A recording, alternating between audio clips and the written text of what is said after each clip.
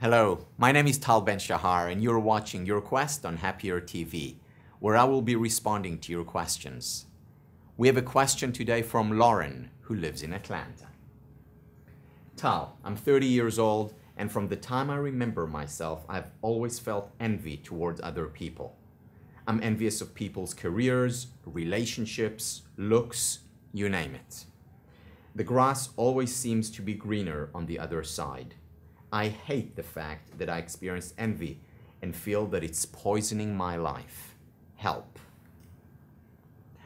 I can certainly relate, and I believe that every person watching this can relate. Envy is a natural human emotion.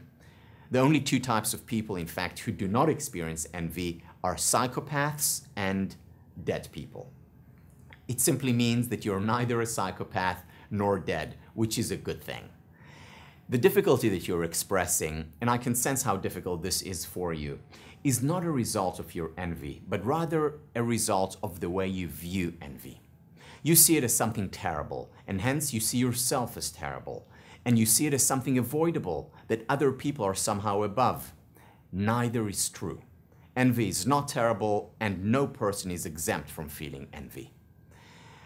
I felt envy toward my child when he was born because he received a lot more attention than I did from my wife. I just recently felt envy toward an ex-student who has been doing extremely well professionally. This envy does not mean that I'm a bad father or a bad teacher. It simply means that I'm a human being. When it comes to emotions, whether envy or joy, anger or calm, hatred or love, there is no good or bad. Rather, there are painful emotions and there are pleasurable emotions.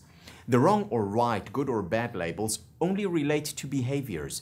In other words, what we choose to do subsequent to the emotion. Hurting someone because we're envious is wrong.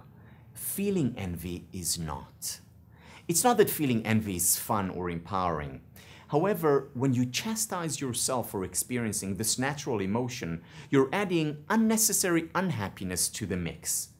So there is the pain associated with envy, and then there is an additional layer of pain associated with your self-criticism over feeling as you do. A technique that has helped me much in dealing with envy and with painful emotions in general is taken from Zen Buddhism. It's also backed by the work of Daniel Wagner and Mark Williams from Harvard and Oxford, respectively.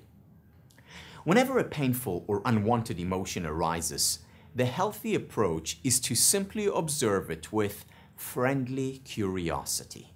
Not fight it, not chastise yourself for having it, but simply to look at it and say something like, how interesting, here is this natural human emotion again.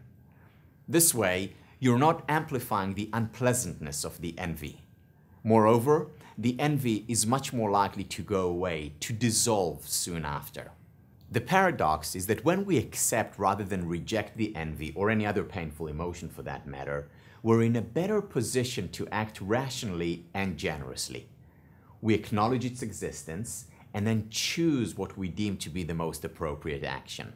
We're not under the spell, the control of the emotion, as we are when we try to fight it, and therefore we're free to choose how to act.